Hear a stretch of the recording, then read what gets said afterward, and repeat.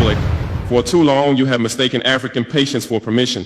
You thought our silence meant surrender. You believed our diplomacy was weakness. You misread our civility as chains, forgetting that even a lion sleeps with dignity. But I write you now, not in anger. I write you with the calm of the ancestors, with the stillness of those who stood beneath colonial gallows, yet never bowed their spirits. I speak with the voice of empires older than your archives, from kingdoms whose gold-built cathedrals you now claim as yours. This is not a letter, it is a reckoning. You came to our lands as guests and left as thieves. You entered with Bibles in one hand and bayonets in the other, preaching salvation as you shackled our minds and plundered our minerals.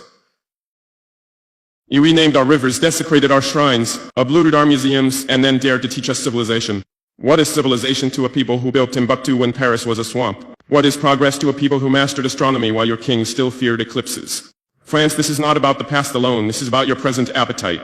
This is about how you still drink from African wells and pretend your thirst is righteous. You speak of partnerships, yet your embassies dictate our elections. You preach free markets, yet your companies monopolize our resources. You scream about democracy, yet your soldiers guard dictators who serve your interest. And in Burkina Faso, in the heart of West Africa, we say enough.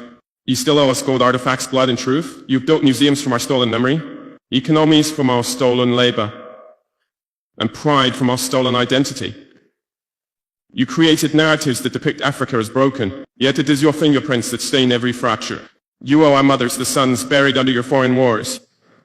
You owe our soil the purity you poisoned for uranium and profit. You owe our future the dignity you tried to erase with every lie published in your newspapers, every puppet installed in our palaces. And we are no longer asking politely.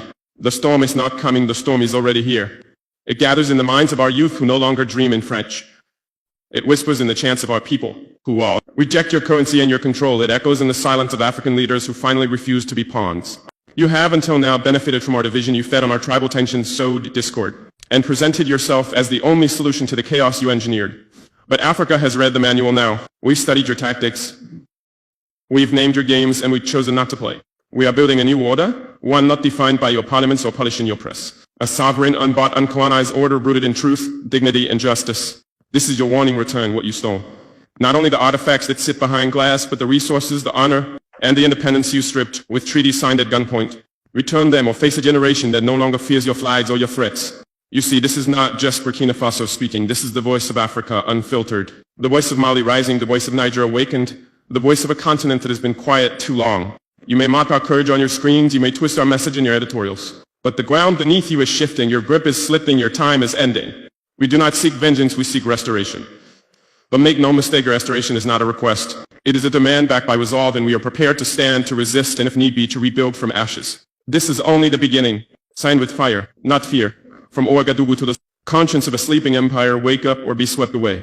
The currency of chains. France, let us speak plainly now. You did not just take our gold. You minted it into your prosperity, then returned to sell us back our own freedom at interest. The CFA franc, that colonial relic you swore was an economic partnership. Let the world hear it today. It is not a currency, it is a lishek. For decades your government claimed it ensured stability. But whose stability? Was it the African farmer who could not export his harvest without your permission? Was it the mother in Ouagadougou whose bread cost more because the euro sneezed in Paris? Was it the young Burkinab genius who had to flee to Lyon or Marseille to find value for his mind?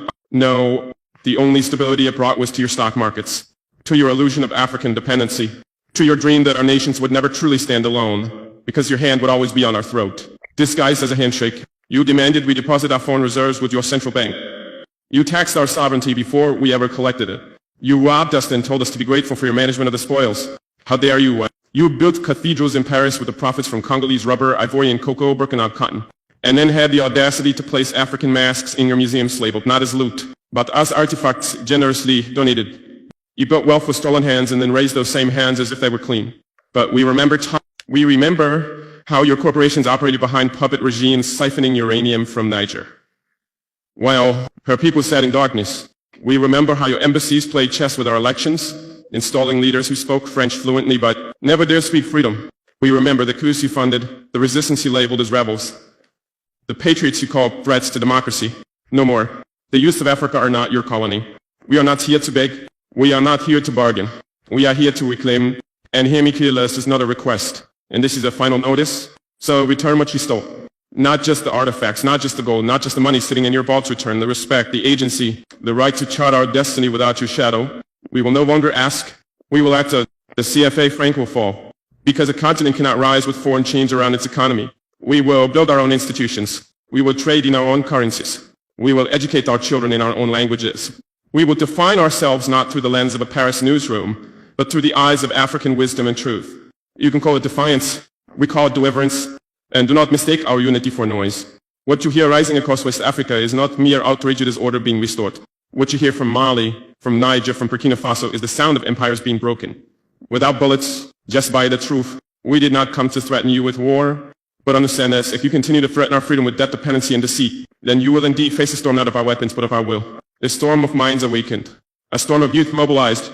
A storm of nations aligned no longer on your terms, but on our own. Africa will not remain in the waiting room of history. Our hour has struck, and in this new dawn, the old currency of control is worthless. The lion has risen, and he does not negotiate with those who once held the whip. The why of civilization.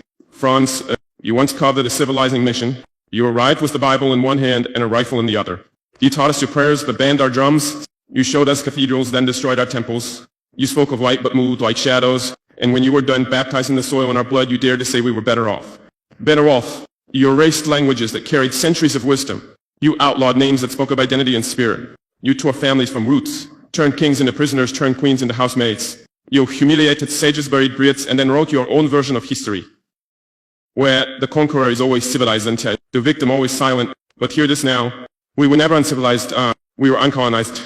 And there's a difference. Before you built your palaces, we built kingdoms. Before your flags flew over our lands, our ancestors flew with the stars.